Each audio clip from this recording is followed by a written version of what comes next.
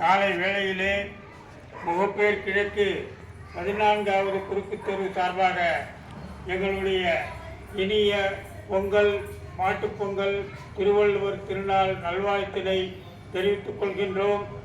இந்த நன்னாளிலே நாம் அனைவரும் திருக்குறள் நெறிப்படி திருக்குறளை போற்றி, திருக்குறளை படித்து, திருக்குறளை நம் வாழ்வின் வழிகாட்டியாக ஏற்றுக்கொண்டு நாம் வாழ்வோமாக.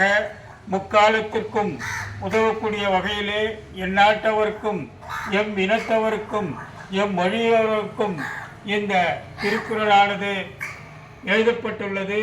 அந்த திருக்குறளை நாம் வாழ்க்கை நெறியாக ஏற்று நாம் வாழ்வில் வளமும் நலமும் பெறுவோம்.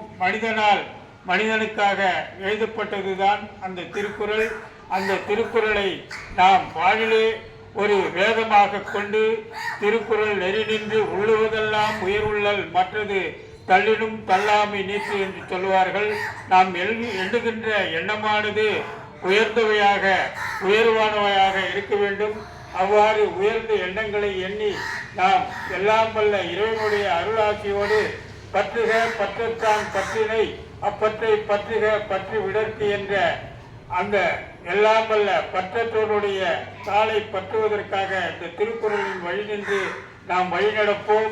அனைவரும் இந்த நன்னாளிலே அனைத்து இல்லங்களிலும்